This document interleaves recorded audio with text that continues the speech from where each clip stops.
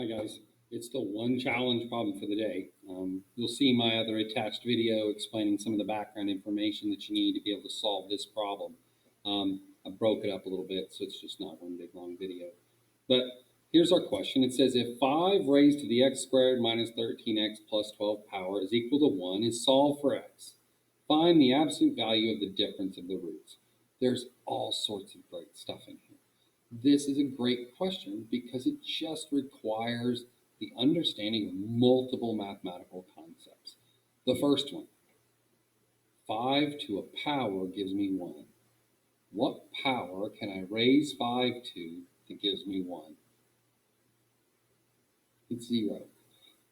Any number to the 0 power except 0 gives me 1. 5 to the 0 is 1, 11 to the 0 is 1, negative 1/2 to the 0 is 1. Now 0 to 0 is undefined, but that's the only one. Any other number raised to the 0 power is 1. So that's the first thing that's required to understand this problem. So right off the bat, what we get to do is we now know that x squared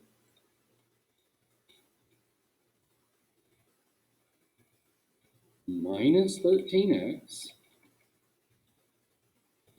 plus 12 must be 0.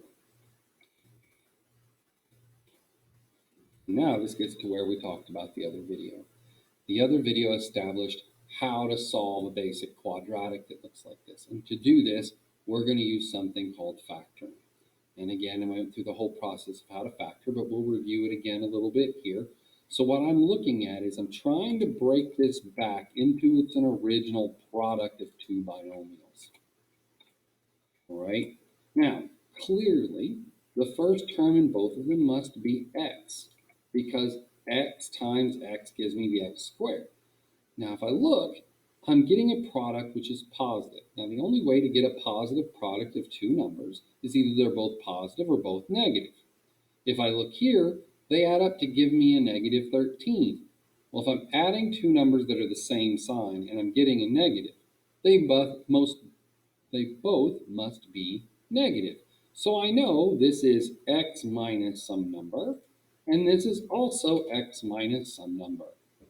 Now, what are the numbers? Well, again, we want to talk about what multiplies to give me 12.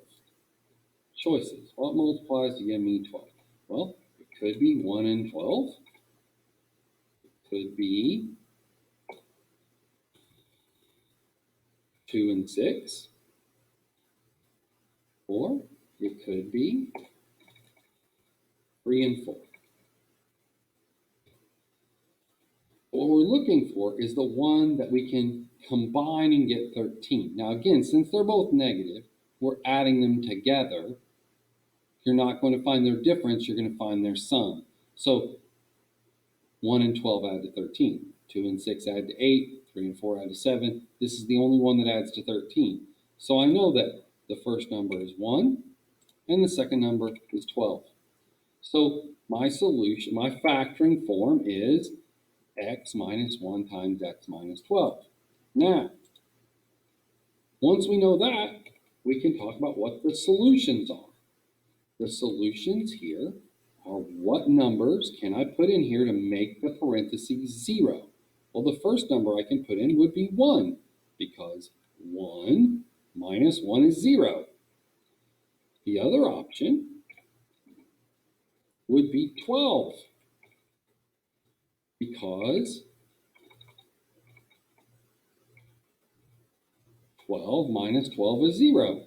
These are my two solutions. Now, here's a word, roots. Roots and solutions is interchangeable. So we're getting vocabulary as well. We're seeing a large amount of vocabulary.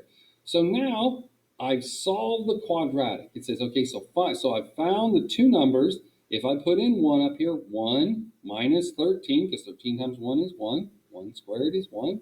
1 minus 13 is negative 12. Plus 12 is 0. 5 to the 0 is indeed 1. 1 works. If you put in 12, it'll also work.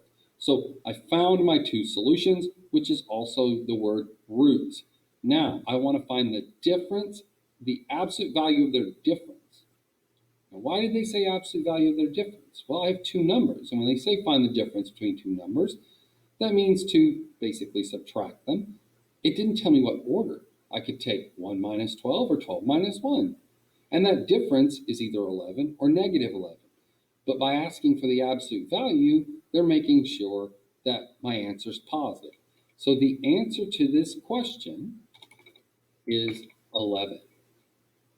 Hopefully you understand all that. And like I said, be sure and watch the other video. It'll help out a little bit.